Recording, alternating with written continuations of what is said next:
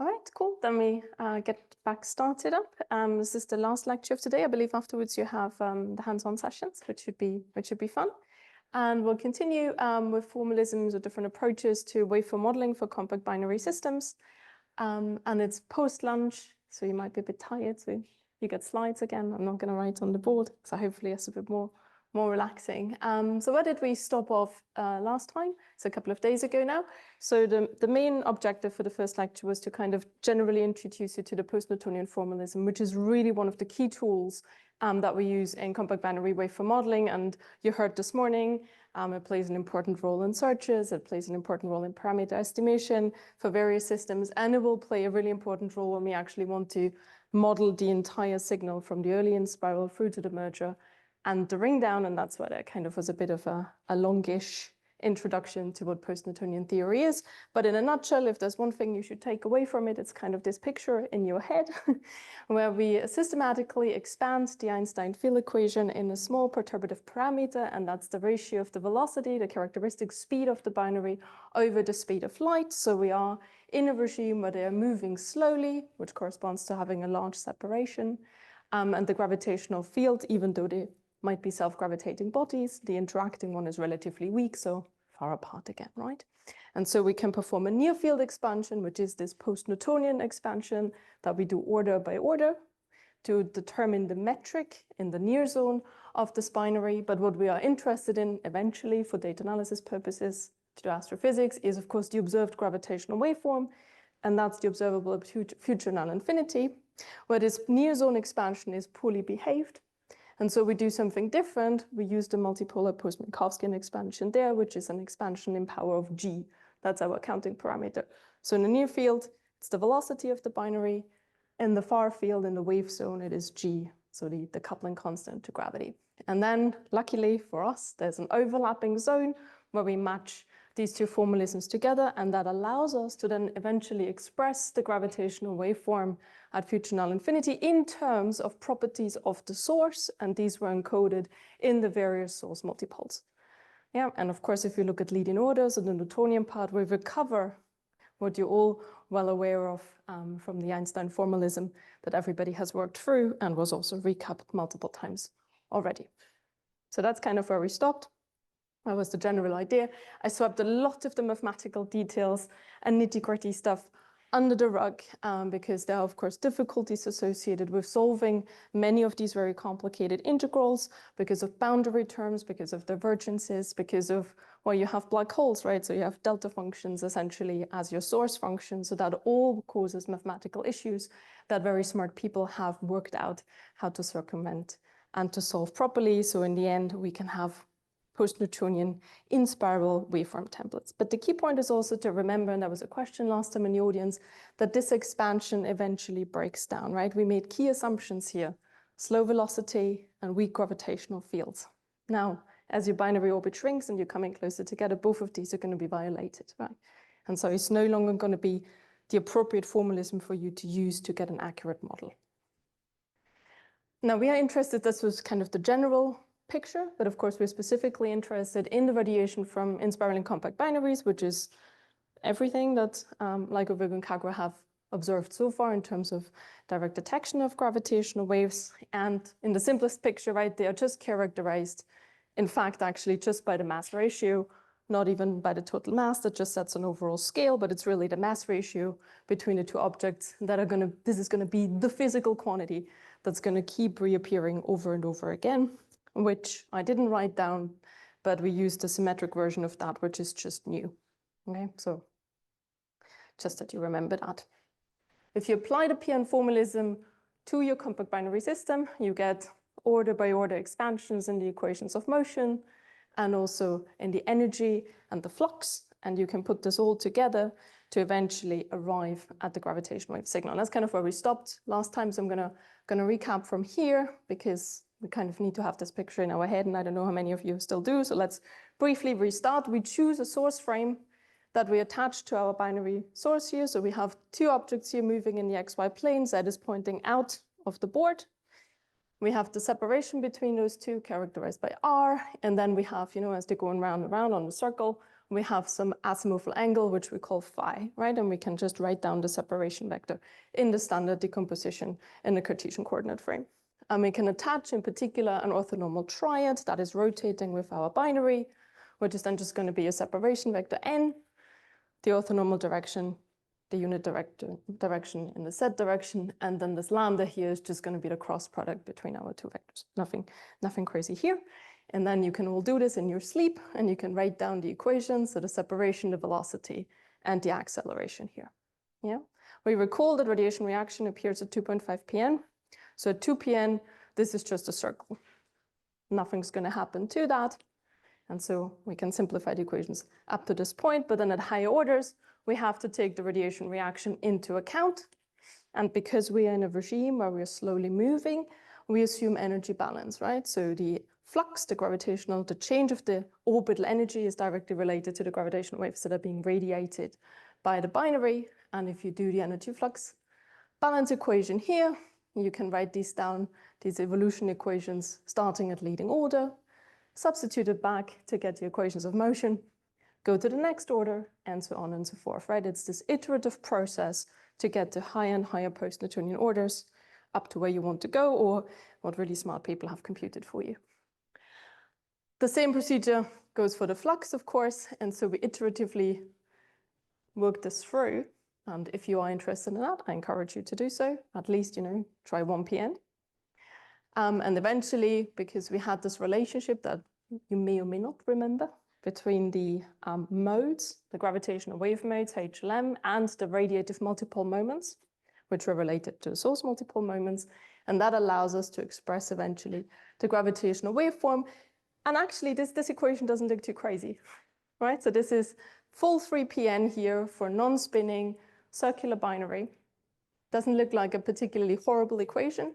You can see here x, which is related to the frequency, the orbital frequency of the binary, which is a convenient post-Newtonian parameter that's being used here in the expression. You can see the phasing term at the front here. And then it's just, as you would expect, right? It's a power series, because that's what we have been doing, right? We have been adding power by power iteratively the next correction to the leading order Newtonian term. That's what we've been doing here. And you can see here at 3 pn term, right, we get log terms, and these are terms appearing already here with it characterizing the radiation reaction and the tail, so the nonlinear back reaction and the couplings. So this is kind of where we stopped. Now you might wonder, why is this important? Why do we need different orders? Sorry, there's a question. Sorry, what is the exit, sorry, a reference parameter that you need for the normalization. So you might wonder, why bother? And how high do I need to go, right? So I've kind of skipped over this a bit quickly last time, so I think it's worth staring at these figures again, where you can see the orbital energy here, and you can see here the flux normalized by the leading order term for an equal mass binary, non-spinning here, as a function of, now we choose a different post-Newtonian parameter, which is v. So that's related to x, which is just the square root of it. So don't get confused by all of these. Think about them synonymously, and they're all just characterizing the characteristic frequency in the binary. And you can see here different lines. The dashed line is the first correction, so that's the 1 pn term here, if you compute the energy. But then we're looking at the other terms. So we've got the 2 pn and the 3 pn term here. And then in the flux here as well, remember, that starts at 2.5 pn. So these are relative corrections to it here. And what you do notice, and there was a question about the convergence of the series last time, you do notice that when we go to higher and higher orders, it doesn't look particularly well behaved, right? It seems to be shooting up quite dramatically. And that is also hopefully not too surprising, right? We're going here closer and closer. There's a higher velocity, so we're going closer into the strong field regime, where eventually this approximation is going to break down. But in the part where it's valid, it does make quite a difference. And that's why it's really important for us, if we want to have a good analytic prescription in the part where this formalism is valid, that we go to higher and higher post-Newtonian orders. So I hope that addressed the question that was asked last time. And that is a nice overview of, okay, what have people computed so far? What's the state of the art at the moment for binaries? So you can see it's for the dynamics and here now for the flux terms. So this is synonymous for energy and here for flux or the equations of motion. And I've highlighted because we've only been speaking about the non-spinning part here, the status of the non-spinning calculation. Much has been computed, but here are terms that are only partially known, for example. So the calculation isn't complete at a given post-Newtonian order. And also, I should say, the higher post-Newtonian order we go, the more prominent it has become in the last years that different techniques are being used. So the kind of formalism, the way I've introduced it to do is the sort of traditional approach that was developed by Damour and Blanchet. But for these higher order terms, because of the complexity of the integrals and the regularizations that need to be incorporated, there are other tools that are becoming now kind of the standard in order to help complete and carry out these calculations, because they seem to be just, doing better in these regimes. So effective field theory is one example that people have been using, especially in the spinning sector, to determine higher order post-Newtonian corrections. That's becoming very prominent in the last couple of years. So that's just to give you an idea where we are. Now, flux and energy sounds all great, but at the end of the day, we want waveforms, right? Phases, amplitudes. That's the sort of stuff when we think about a waveform. So a more kind of intuitive and physical sort of quantity, okay, to look at in terms of how high in post-Newtonian order do I need to go, and what's the impact of the post-Newtonian order on the quality of the waveform that I eventually obtain, is to look at the number of gravitational wave cycles. And we like to say the cycles in band. I don't know if everybody's familiar with that terminology, but of course we have seen many plots and hand-drawn images already of the power spectral density of various detectors, and they are band limited, right? We don't have infinite access to frequencies across all ranges, but normally they are quite limited. And so what you're interested in is within this observing window of frequencies, how many gravitational wave cycles do we accumulate? And does this differ between different post-Newtonian orders, right? Different number of cycles means I actually have a different description of the evolution of the orbit of that binary. And that might give me very, very different results, right? At the end of the day. And so this is defined as the difference between your phase at some point that you choose. One that is commonly chosen for post-Newtonian approximants is what I mentioned some last time already, the innermost stable circular orbit. So that's essentially, the last stable orbit you can have before you can no longer escape, minus the phase at whatever your minimum is. And you choose that depending on your detector, right? If you say my detector is good at 10 Hertz, that's where I understand measuring, then that's what you set your minimum at. If it's only 20 Hertz, well, there you go. And divided by pi to give you the cycles, obviously. And so what you see here is a sort of nice overview from Luc Blanchet's summary table, where he calculated the number of gravitational wave cycles for the 3pn phase for different binaries. So canonical binary neutron star, canonical neutron star black hole, and a canonical BBH with 20 solar masses.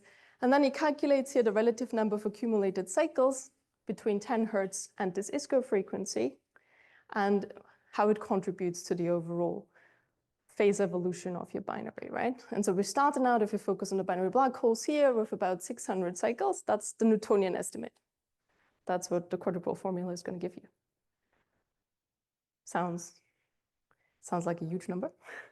Then we get a 1pn correction to it. But then 1.5pn tells me, oh no, go a little bit back down again, and so on and so forth, right? So it can, if you add this all up, right, it can be quite a huge difference. It can be many, many orbits, actually, so revelations of your binary that you get different. And that has a massive impact on, on the prediction and then on the inference that you want to make. We're particularly phase sensitive. So having a very good estimate of your phase is really, really important for accurate measurements. Yep.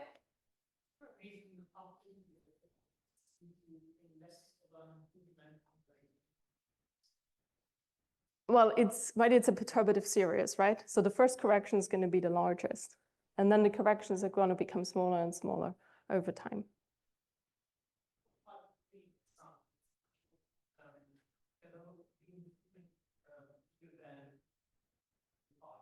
Yeah, but remember also that 2.5 is the first order where radiation reaction terms come in. So they have higher relative corrections, which are quite important in the flux. Yeah. In terms of your waveform axis, do you have an idea how the relative error, for example, correlates with your field? How the relative error correlates with your field? How do you define a relative error? What do you mean by that? Like if you just go one order above, how much does the error waveform? Well, these are numbers in cycles, right? You can translate this into errors in radians if you want to. How this translates into mismatches, for example, if that's the accuracy metric that you're going to use to assess it, there is no map that tells you directly what it is, but I mean, radians will be quite a dramatic difference in mismatch, right? You will not be able to shift your waveforms anywhere near if you're missing an entire cycle. So it is quite important to have that.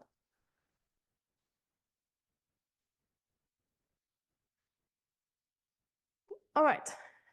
We do use post-Newtonian approximants in data analysis. You heard this morning that they are used, for example, to construct template banks for binary neutron stars. But of course, we also sometimes use them in PN. If you look at the original paper for GW 170817, you will also find analyses that come from a specific Taylor approximant. And so I wanted to introduce you very quickly to the type of PN approximants that we actually use in data analysis. And the Taylor approximants are probably the most prominent ones. And so I quickly want to introduce you to those. So the concept is still the same, right? We have our expansions for flux and energy. We assume the adiabatic approximation, and adiabatic here specifically means that we have slowly evolving orbit, which is just another reflection of the regime that we are in, where the PN approximation is valid. Mathematically, it means that the change of your orbital velocity or frequency over a period, right? The fractional change over a period is very, very small. So you can think about this essentially as a series of concentric circles that are just shrinking over time very slowly. That's what's essentially describing your in spiral.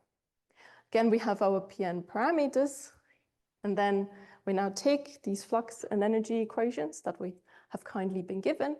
But what we want really is the phase, right? We want to know what is the gravitational waveform. And so we can rewrite, we're using the balance equation and Kepler's third law, that's the Newtonian aspect of it, to derive the evolution of the orbital phase directly. And I'm thinking that might be a nice hands-on exercise to go and write down the phase evolution equation directly. So what you get is you get two ODEs that are coupled to each other. The first one is really just a reflection of Kepler's law, and the second one here comes from the energy balance. And if you solve them simultaneously, well, you can see here, there's the frequency appearing. So if you integrate it up, you get your orbital phase, and which you can translate into your gravitational wave phase. And that's exactly what we want to do. Now, people who do data analysis hopefully feel a bit itchy now. ODEs takes a lot of time, and then you want to do it in a frequency domain, so you're going to need to do some FFTs as well. Things we try to avoid, right? So it is always nice to have fast ways of solving systems, and there are different ways of how you can do that.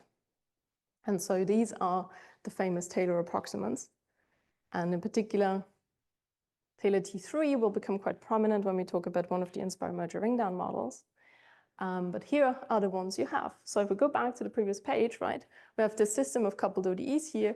And what we have here is we have the flux divided, and this is the differentiation of the orbital energy with respect to your characteristic velocity. We have just rewritten essentially the RDT in terms of these parameters using the energy balance equation. And you can solve this in different ways, right? The first thing you do, you have a system of ODEs, well, you're just going to solve it numerically, right? It's the obvious thing. You can do that, and that will give you the Taylor T1 approximant. You have to choose appropriate boundary and initial data, obviously, because you'll get an integration constant, but you can do that in principle. Maybe it's not necessarily desirable if you're after something that is computationally speedy. You can go a step further. And you can say, I'm not going to integrate straight up. my ODE, but I'm going to look at this ratio again that I have here, right? So this expression here. And do something smart about it. Remember, these are both PN expansion, right? So these are Taylor expanded series, and I take the ratio of a Taylor expanded series. So I can do something smart about it, and I can just make it truncated, re-expand it to a consistent PN order. So the ratio now, I now have the ratio itself at a consistent PN order. That gives me a new ODE, and I integrate that. That is your Taylor T4 approximant. Now, for the Taylor T2 approximant, we're not going to use the differential form, but it turns out you can rewrite these equivalently into a particular integral form, where you have integrations, again, over these ratios, now in the inverse form. So we have A prime over F, but it's again all about those ratios here, because we can again expand this ratio now to a consistent PN order and then integrate it. And if I do that, right, you get parametric representations of the time and the phase as a function of your characteristic velocity. And then you can invert it, right? That is doable. Turns out it's also computationally not the best thing to do if you want something speedy. You can do a bit better, and you start again from this expanded ratio here to a consistent PN order at which you truncate, but then you invert your phi's and your t's and get an explicit evaluation in the parametric form, essentially. Phi of t is a function of phi of v of t. And that's your Taylor T3 approximant. And Taylor T3 has become quite prominently used in recent years when people have started to look at building phenomenological IMR models in the time domain rather than the frequency domain. So if somebody comes to you and talks about Taylor approximants, now you know what they are, right? So we're starting from the same set of equations, just assuming energy balance and Kepler's first law, and then we manipulate the integrand in different ways. There was a question.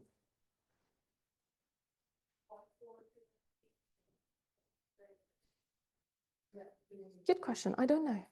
Does anybody know if they have meaning, the numbers? Pardon? Which numbers T1, T4, T2. I don't remember that they have any. Don't recall a story that tells me they have a specific meaning. But tonight. Yeah. Where are your initial conditions? Pardon? Where are the initial conditions of the You need to choose, right? You need to choose initial conditions, right? So you will set your reference time in your binary and your reference phase, because these will be your integration variables that come out, or the corresponding reference frequency, which you can normally choose, right? So if you think about a binary, right, I can choose my initial phase. I choose that they are on the x-axis, right? This is just a choice that I make at which I start computing, and that's what people normally would do, right? So your phi node would be 0, or you could flip it around and say it's pi, depending on how you would like to start counting. Because when we just talk about a circular binary, right, it really is just you're winding as you go around in the azimuth. So these are very natural choices, but you can always change it, right? It will be just a constant offset. That's all, for example, the phi node's going to mean to you.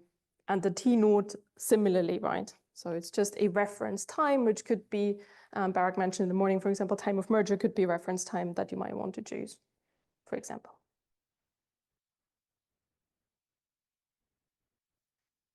And that's what this looks like after you've done it. So I felt like I should show you what you're in for. Obviously, remember T4 doesn't give you a closed form expression for the phase. It gives you another ODE that you then solve numerically. But T2 and T3 will give you closed form expressions for the phase coupled with the other equation rates, which you need to plug in. But I just wanted to show you how this roughly looks like. And this actually doesn't look too insane, I hope. If you look at it. And you'll notice here, again, right, the only physical parameter that's really appearing is our symmetric mass ratio, nu. And in our characteristic velocity parameter, remember, we have hidden an m, right? There's a total mass parameter that was on the slide before that's hidden in there. So if you substitute back in the definitions for the symmetric mass ratio and remember that there's an mf in your v, then you will work out that the leading order term indeed will be depending on the trip mass, as you would have expected, and as you were told this morning already. Now, we have solved the system of ODEs, the same system of ODEs in different ways. That means you will not get the same answer. Yeah? So even though you've started maybe with the same post-Newtonian input and the same ODE set, you have chosen to integrate things in a different manner, and that will give you actually, at the end of the day, a different phasing for the different Taylor approximates. As you've seen, right, the expressions look different, obviously. So what's the error? Or what's the difference, right? Let's not call it an error, let's just call it a difference, because we haven't at this point said what's better and what's worse. So what I'm showing you here is just a non-spinning equal mass binary, 10 plus 10 solar masses, starting from 20 Hertz. And we're looking at the phase. We're looking specifically at the phase difference, there should be radians here, between some reference baseline and our different post-Newtonian Taylor approximates that I have subtracted from them. Yeah? And so you can see Taylor T1, and for the particular integrator that we've used, we can see some wiggles here, which are clearly an artifact of the numerical integration. Then in orange and in red, we see T2 and T4. They look fairly similar here. And then in green at the bottom here, you can see T3. Right? So we are in a regime here where you can see it's clearly all blowing up eventually, and that is fine. That is probably no longer necessarily the regime that we should actually be comparing with.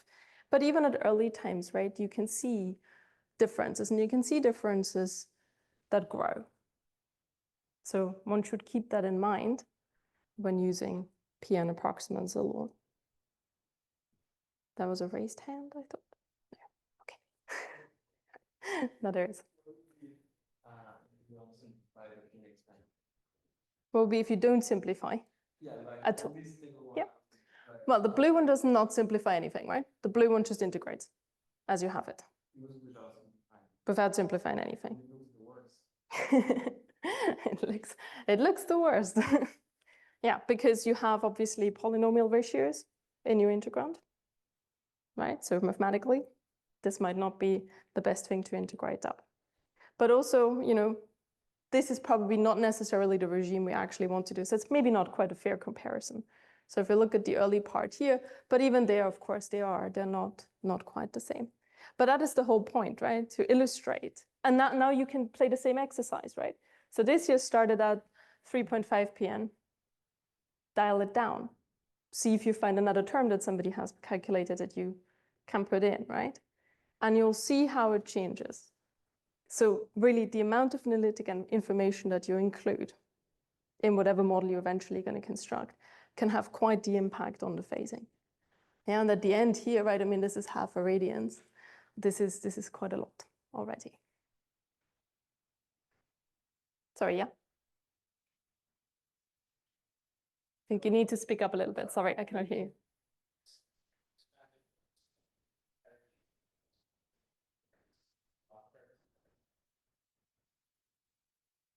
So you don't necessarily Taylor expand, right? You might do a Padé expansion, for example, or you do just a consistent series expansion at the top and bottom, and then truncate.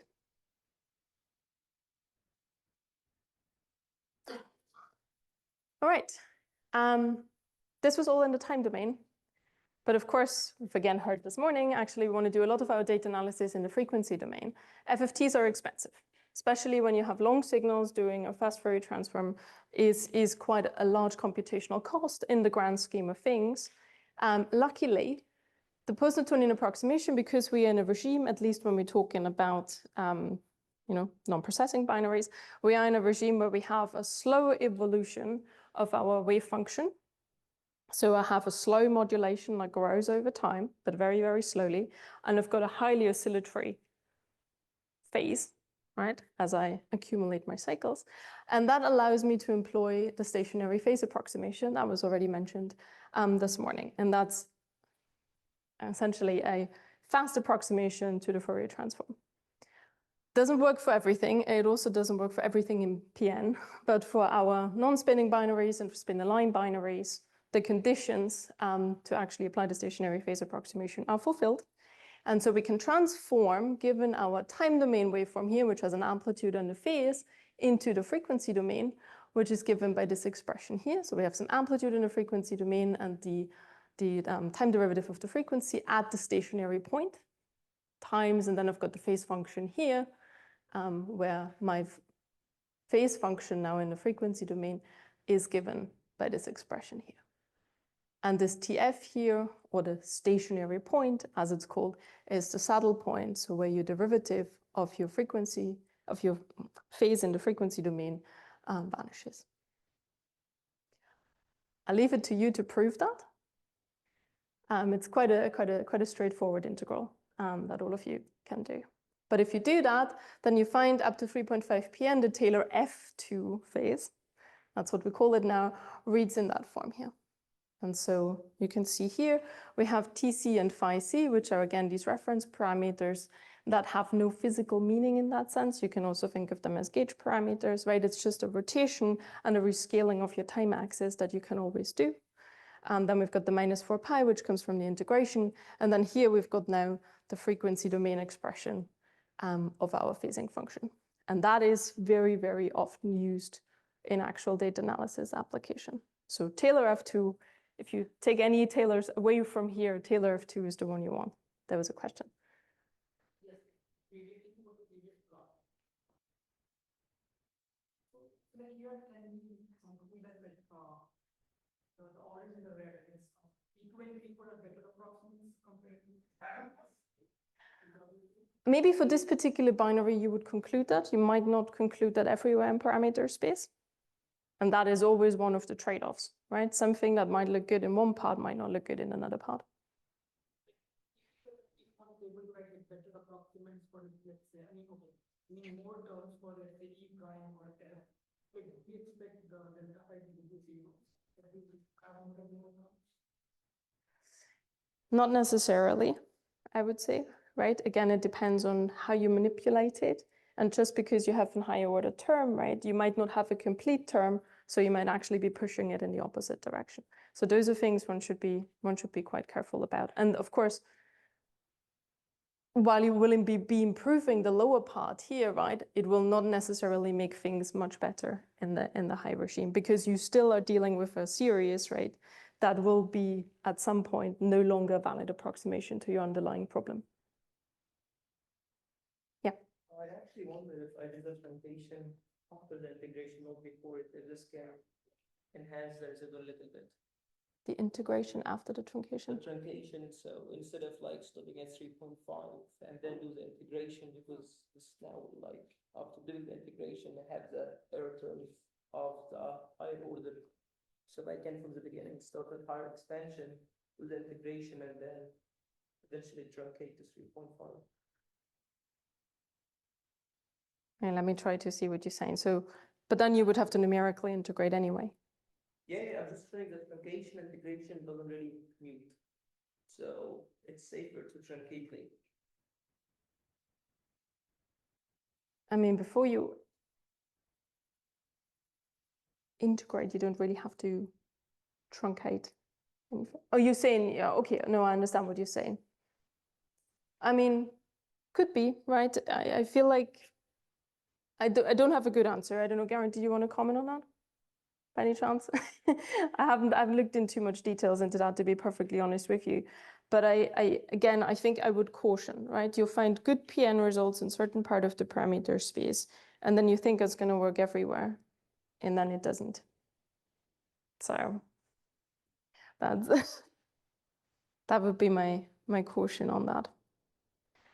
So in terms of the physical effects of the waveform, Barak wrote that on the slide on the board this morning, but I also wanted to re-emphasize it, right? So if you take this expression on the previous page and you substitute nu and m back in, you can recover the chirp mass, which is why people will tell you this is the parameter we measure the best in spiral dominated signals, is the thing that goes with that. We don't measure that best across the entire parameter space, just to re-emphasize that point. The second term you'll find depends on the mass ratio. And then there's lots of other effects that, you know, I haven't talked about, but of course you can include in post-Newtonian theory. Spin effects. First one starts to appear at 1.5 pn. Tail terms we have talked about, right? Back reaction effects start at half pn order 2.5. You can not talk about black holes, but maybe you're interested in neutron stars. Your tidal effects are gonna appear at relative 5 pn order. and so on and so forth, right?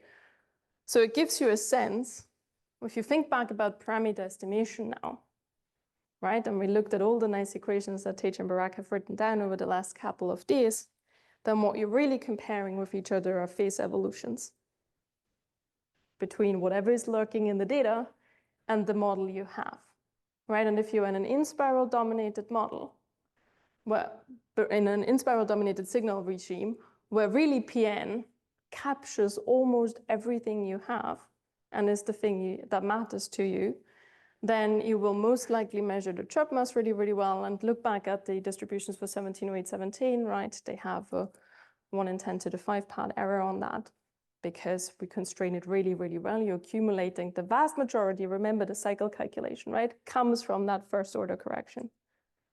So you get that really, really well. And then you get the higher order corrections, and each of those will carry some information about a physical parameter that you might care about. Now, things get a bit more murky when you go to the merger ring down regime.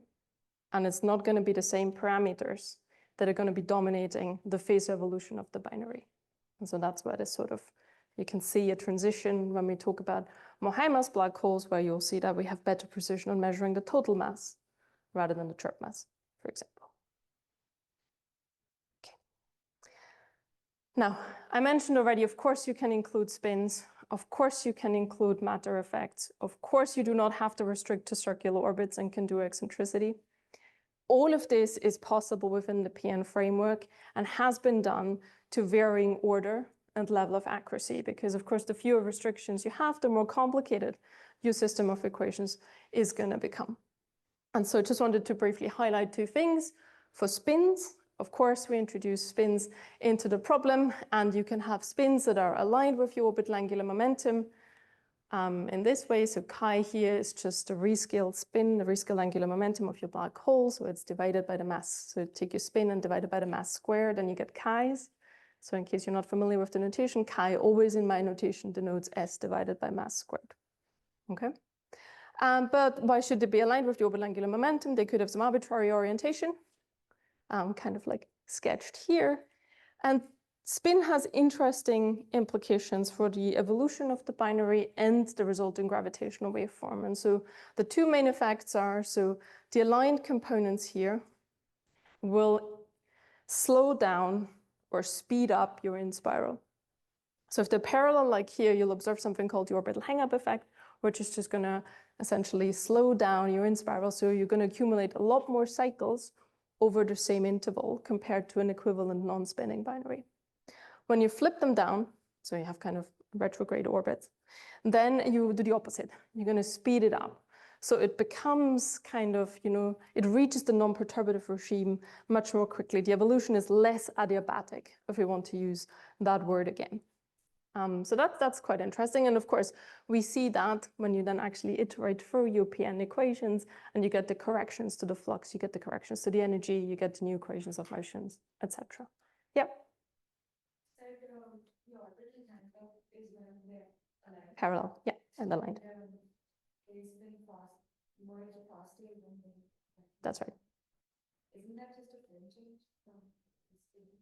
Or no, it's not the same. No, it's not a frame change, right? So you have your L pointing in one direction, and you have your spins pointing in the opposite direction. So you're changing the couplings between your orbital angular momentum and your spins, because you've changed the direction. It's not just a frame effect.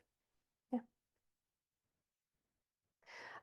If you punch them and misalign them, then it becomes even more interesting, because then you get frame dragging effects that induce a very interesting motion. So for all of these binaries so far, nobody has asked the question why you're just looking at the XY plane. Because this is all there is, right? There's symmetry in the problem. We don't have to worry about anything else here. When we have misaligned spins, that's no longer the case. We now have actually full 3D motion, right? The binaries are going to evolve out of the initial, whatever their initial plane is, put it in the XY plane if you want to. But as you evolve them, you get couplings between the spin and the orbital angular momentum, and that's going to give you a 3D motion. So it gets more complicated, and you remember we calculated all these elements in the fluxes from the equations of motion, So this will also get more complicated, and your waveform is going to be strongly modulated. So we get a whole bunch more sets of equations that we need to solve. And for this most generic case here, you don't get closed form solutions other than for two special cases, and that's equal mass or single spin. And if you don't have that, you always have to solve the full system of ODEs. And again, if you are after speed, that is something that is not necessarily desirable. Question? So when you said it becomes free motion, is Mhm. the space processes? Yep. Like infinity, or the whole orbit is persistent? The whole orbit moves. So you can think about your angular momentum here. In the Newtonian approximation, that's just the orthonormal direction to the plane, right? To your plane of initial separation. Now we've got the spins here pointing in some arbitrary direction. If I draw the total angular momentum in the system, right, which is just the sum of my spin vectors and my L, that will have some arbitrary direction here. So there will be some angle between L and J. And one can show that what happens is at 2pn at least, J, the direction of J is going to be roughly constant. But your L is going to be moving on a cone around J, and your S's or your chi's are going to be more or less constant relative to L, and will be kind of think about it as being attached and rotating around it together. And so if you now think about what does this mean for the plane? Well, if my L is going to do that and I attach the plane to my L, right, then it's going to be wobbling around with you. So that's exactly what's happening. Whoa. And SharePoint wants something from me.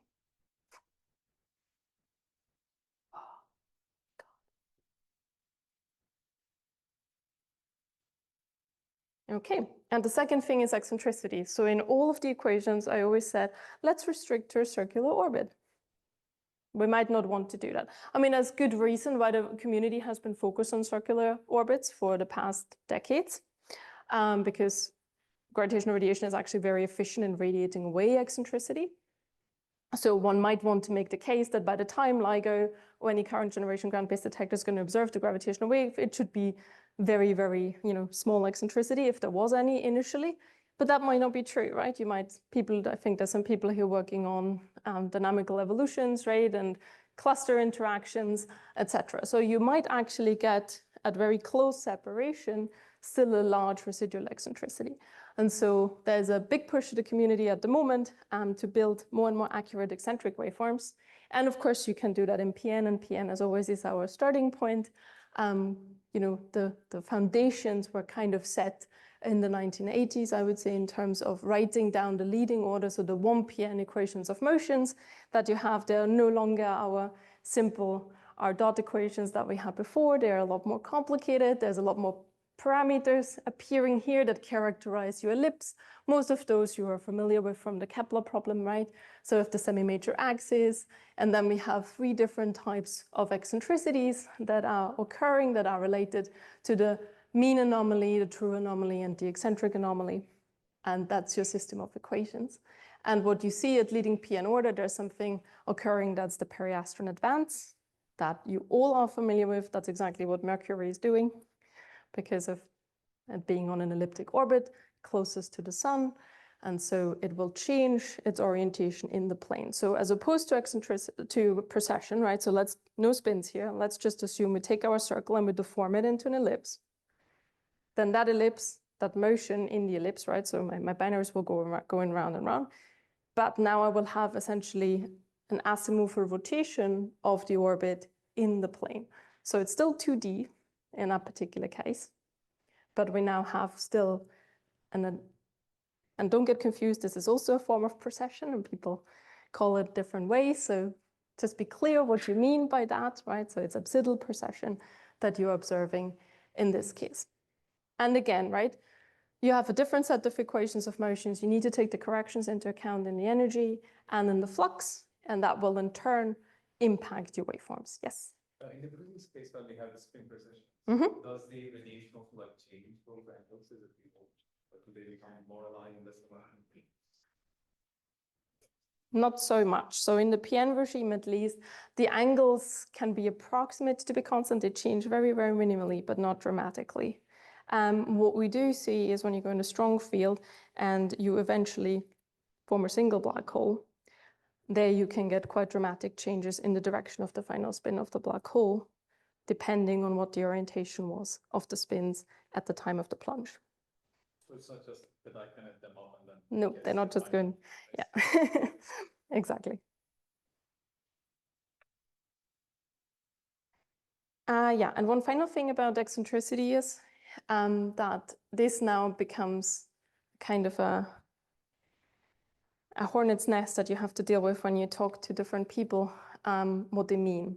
Because eccentricity now becomes something that has a different value in different gauges that you use, right? And I mean, if you want to compare with each other and if you want to make a measurement of something, you want to quote something that is a gauge invariant quantity.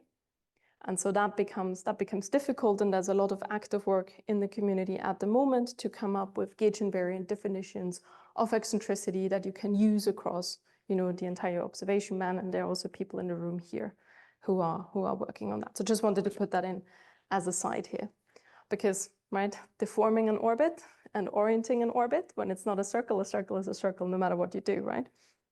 But when you have an ellipse, that becomes a tricky question. So when you look at papers and they quote eccentricity, and you look at a different paper and they quote eccentricity, you should ask yourself, am I comparing apples with apples here? Or is it apples and oranges? All right, and with that, we're well and truly done with PN finally, and can move on to the next really, really important formalism that is being used in the community. And again, I'll sketch this through.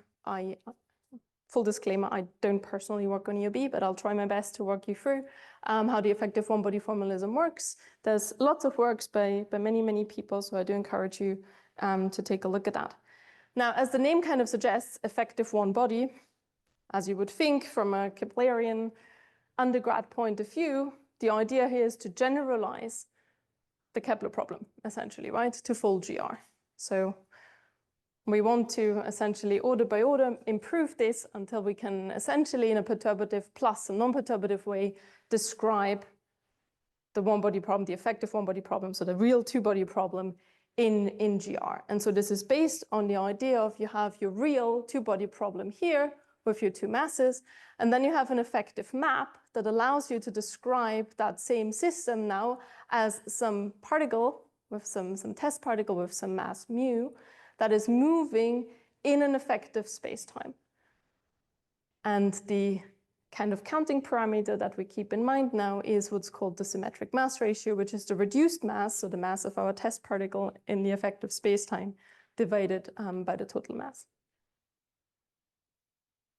Yeah. Now, we have a lot of post-Newtonian information already at hand. But we also said it doesn't quite get us to the end, right? At some point it blows up and we need to think about something else, because this is normally quite a while before we actually get to the interesting strong field regime by the very definition. And so a big motivation behind the effective one-body problem was to utilize this best available analytical information that we have and try to push it further, right? Maybe not necessarily all the way, but let's see to get as close to the strong field problem as we can. And so how do we do that? So the standard strategy that was put forward and that is pursued in this formalism is to use the analytic information that we have. Now, traditionally, right, you'd have post-Newtonian theory, the expansions we've already talked about, but now in recent years, there's also more information from pure post-Minkowskian theory, and then gravitational self-force in the test particle limit that is being folded in. And you push it to higher information by different strategies. So resummation, which gives you a way of taming the poor behavior as you go into the strong field regime of your traditional expansions. And then, of course, we also are going to fold in information from numerical relativity eventually to make it all the way, so to say. So this is the idea. And the seminal papers that you should be looking up are these two by Alessandro Bonanno and Thibaut Damour. All right, so the idea is, if we start with PN, right, we have the expanded relative dynamics. We've covered that. And now we need to find a map to map it to the geodesic dynamics of this test particle in this effective spacetime.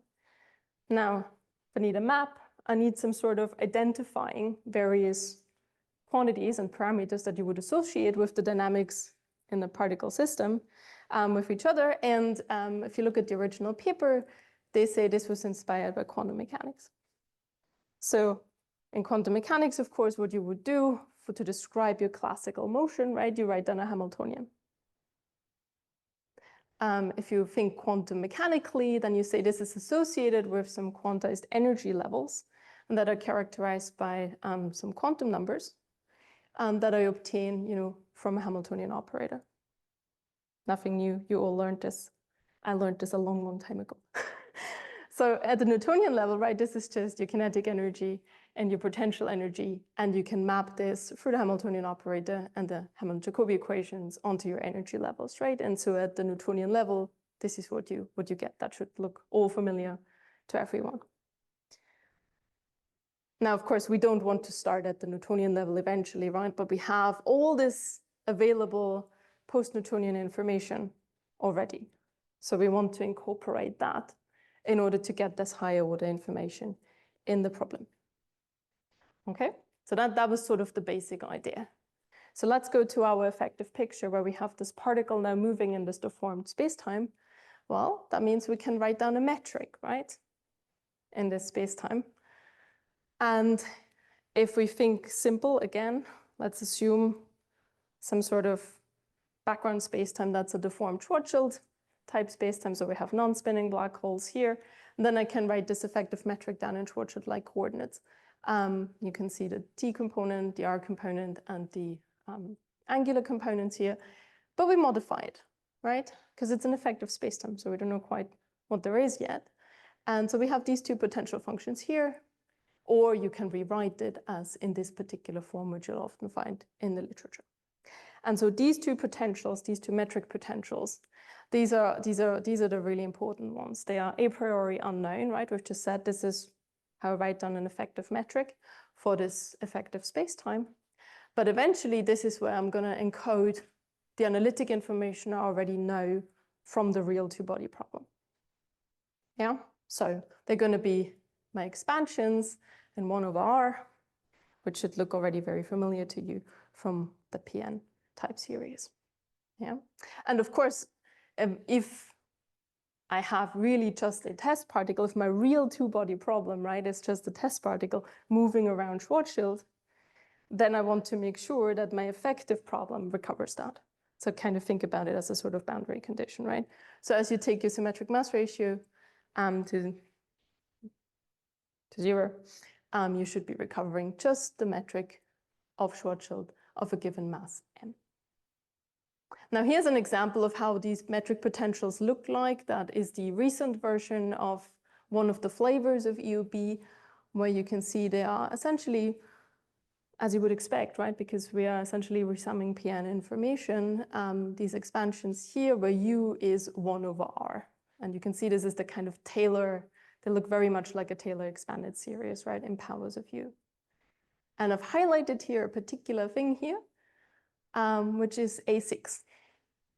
And that is just to draw your attention to, this is an expansion where we have analytic information, but then we have stuff that we don't have, that we don't know. And this is where non-perturbative information is going to get folded in. For example, through numerical relativity simulations. Yeah. So we have an effective metric. We can write down equations of motion. Of course, the next thing you want to do, right? The effective equations of motion of this test particle in this deformed background. And if you look through the papers, what is applied here is the Hammond-Jacobi formalism in order to write down the equations of motion eventually. And that leads you to what is known as a deformed mass shell condition, which you then solve to write down essentially your Hamilton equations. Yeah. Does the expansion start at U to power 6? No, so this is 1 over R. Okay. So it goes until, so the last one on the right is 1 over R per 6. That's right. It doesn't continue onwards, or it is the This is the latest flavor, so I'm for the non-spinning case.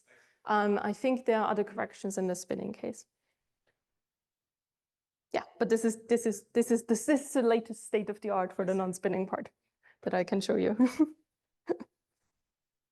Cool. So if you solve your corresponding effective equations of motions, now your Hamilton-Jacobi equations, and then you get these effective energy levels, right? Think back quantum mechanically. And then you somehow need to make an identification, right? How do I map back, or how do I now connect this effective problem with the real two-body problem? And they say the natural thing is to identify the quantum numbers with each other, and that allows you to define a map between the effective energy levels and the real energy levels of that particular form. And if you invert that, then you can actually write down the effective one-body Hamiltonian. So really the energy operator that characterizes then the effective system as if it were the real body, so to say. And that has the following form in the non-spinning case. Looks more complicated when you include spins, so be warned. But that form is actually quite simple, right? So we have this effective Hamiltonian here, which describes now the conservative binary dynamics.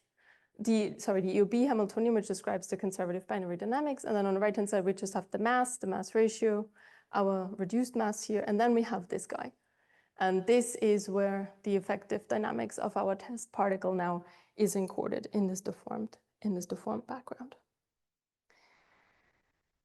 And that has the following form. Again, in the latest version, I note that you'll find different flavors of EOB, just like we had different flavors of PN, and you can find slightly different expressions. But nothing should look unfamiliar to you. So what's appearing here are, again, our metric potentials, which is where we're going to put our analytical information. And then we have PR, so the radial momentum, and P phi, the tangential momentum, which of course, if you have a circular, a circular orbit, right? That is just the orbital angular momentum L. And then there's another function here where you can encode other information that might not is available to you in a perturbative sense, but something else that you might want to encode in here. Now, these potentials really, as you've probably figured from the expansion, right, this is where the crucial bits go in. And this is what's going to really determine essentially the behavior eventually of the dynamics of the particle, right? And so you can see here from one of the Naga papers, different ways of writing down this particular A potential in the non-spinning case as a function of 1 over R. Yeah. And I don't know if you can read this from the back, but you can see the standard post-Newtonian ones here. So 1 PN is the solid line here, and then we've got 2 PN and the 3 PN. So this should look very familiar to you because that's just pure PN, right? Here we haven't incorporated anything else. We haven't resummed, just what we know already from PN. But then is where quotation marks the magic happens, right? We resum this in different forms, and per-day resummation, for example, is one of the commonly used resummation techniques. There are other resummation techniques, but per-day resummation to tame the behavior of our potential is a very, very common one. So notation-wise, right, so you see the per-day approximation of some function here with particular orders, so 1 and n means here, so you've got a rational polynomial here, right? And so n here denotes the order of the polynomial in the denominator, and the 1 here is just the numerator. If you're not familiar with per-day, that's all it is. And there are different ones chosen here in the colored lines. And you can see they are indeed, nothing is shooting up, we have no potential that's shooting up to infinity anymore, which would be infinite attraction, right? But it's taming out here. So that's exactly what the purpose of the resummation is, right? Kind of regularize the behavior as you go to the stronger field. Now, at this point, of course, we don't know if this is the right thing, right? We have nothing to compare it against at this point, right? But we have just prevented it from shooting to infinity. So that's great. So we have a Hamiltonian, and we have found a way of incorporating the PN information into the potentials and maybe some other information as well. We have resummed it, so we have essentially created higher order pseudo PN terms at this point. So we can write down equations of motion, right, of this effective particle, as you would do from your standard Hamilton-Jacobi equations. And these are the ones you find. But we also need to put in, right, this was all conservative, right? This was a Hamiltonian, so conservative dynamics, but we have an in-spiral. So we also need to put in the radiation reaction force, just like we did when we were using the energy balance equation in PN, right? And so it was found that this radiation reaction force can be rewritten in terms of the gravitational wave mode. So these HLMs here, ignore the F for the minute, but just the HLMs here are the decomposition. You recall we had decomposed our H into the spin-weighted spherical harmonic basis, and the coefficients of that basis were these HLMs here. And so turns out that this is the radiation reaction force that you put in here. Now you also notice there's only a phi, right? So we have a tangential force at the moment. More complicated if you have an eccentric orbit, right? For example, but this is just for standard circular case at the moment. Now, the total waveform that you then want to build has the following form. It is now these same HLMs. I said ignore the F, but there's a little F there, which says factorized. And then we have some other function, NLM. And so without going into the details, you should just kind of understand what these things are. So we have something that eventually should reproduce PN plus beta corrections. And then we have an additional function here, which are generally called non-quasi-circular corrections. So think about these as these being the ones. When would you expect things to no longer be quasi-circular? Question for the audience. Plunge, exactly, right? And that was the whole goal, right? We want to go deeper into the strong field regime. So eventually this approximation of just my concentric circles that are just shrinking isn't going to be good enough anymore, right? So exactly, that's exactly where these things are hidden in there. And you can further decompose this factorized waveform here into individual different parts, which are differently complicated and encode different information.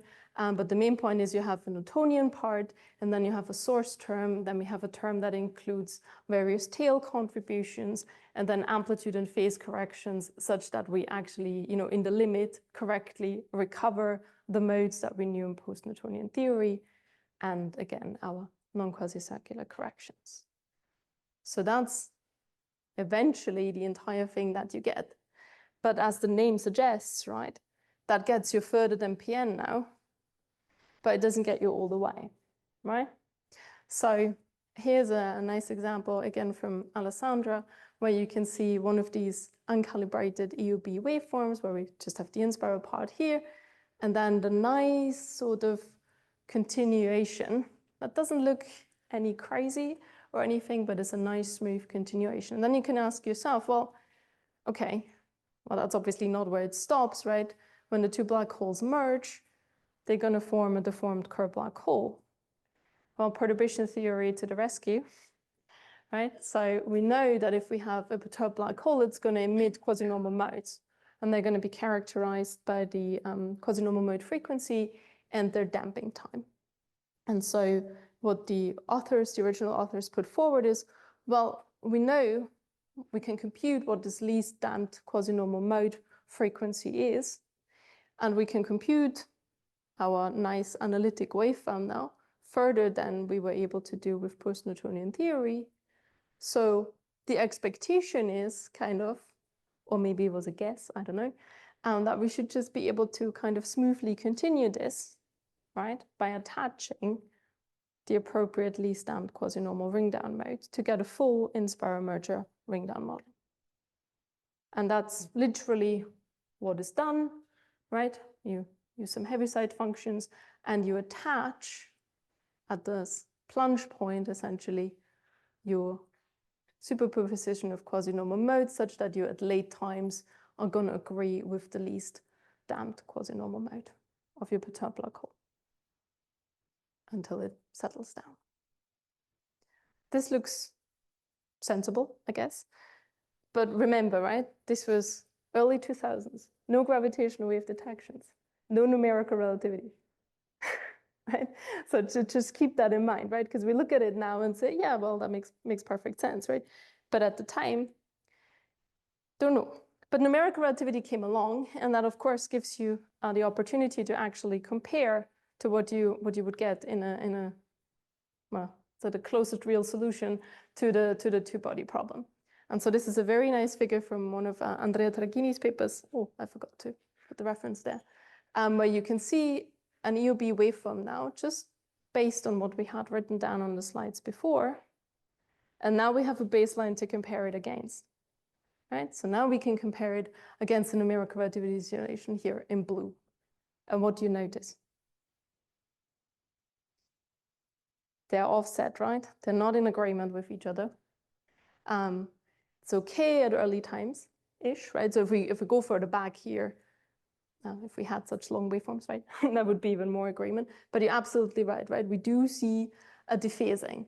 Now, if we think about this physically, right, we see, so if this is the peak here in the EOB, and this is the peak here in the numerical relativity, how would you interpret this, that the peak occurs earlier from just a physics point of view?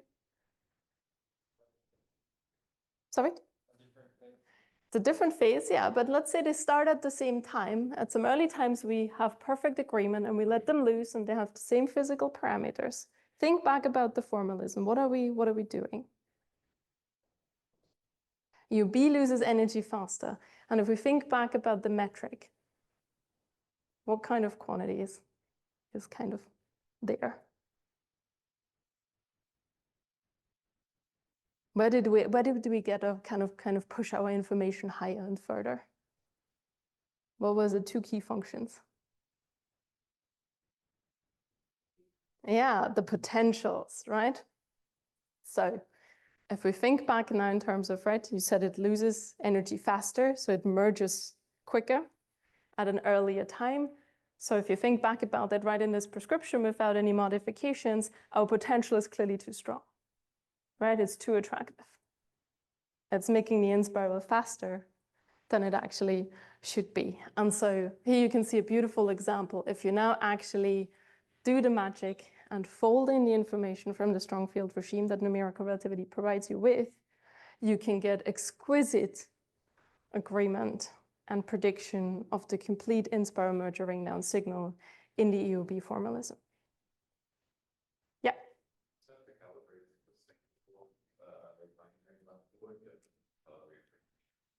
So you normally have a set. So the latest version, I believe, used more than 440 numerical relativity waveforms across the parameter space where the calibration was performed. Because obviously, right, I believe this is equal mass non-spinning here. We're exploring a much larger parameter space. Yeah, but calibration is an absolutely non-trivial process, right? How you incorporate a lot of this information accurately. And again, right, even if it's calibrated, you will find parts in parameter space where the model is going to be behaving much better, much more accurately compared to other parts of the parameter space.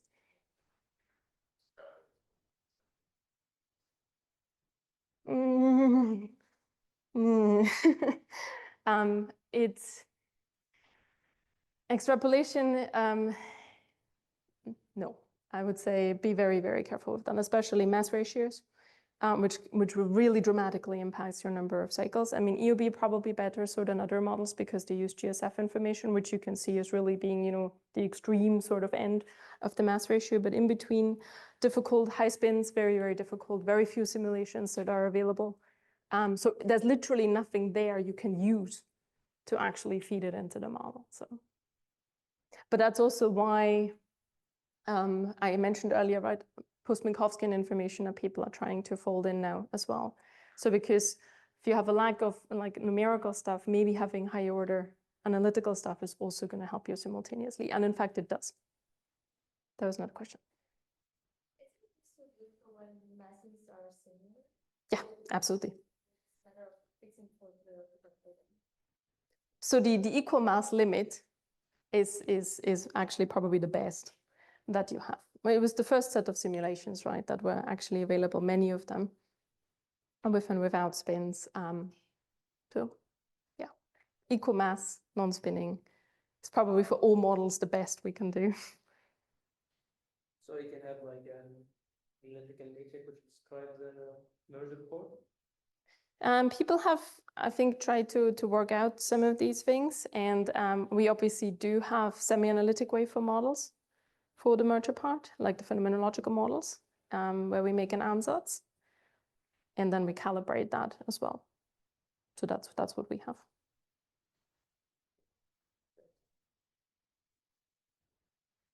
All right.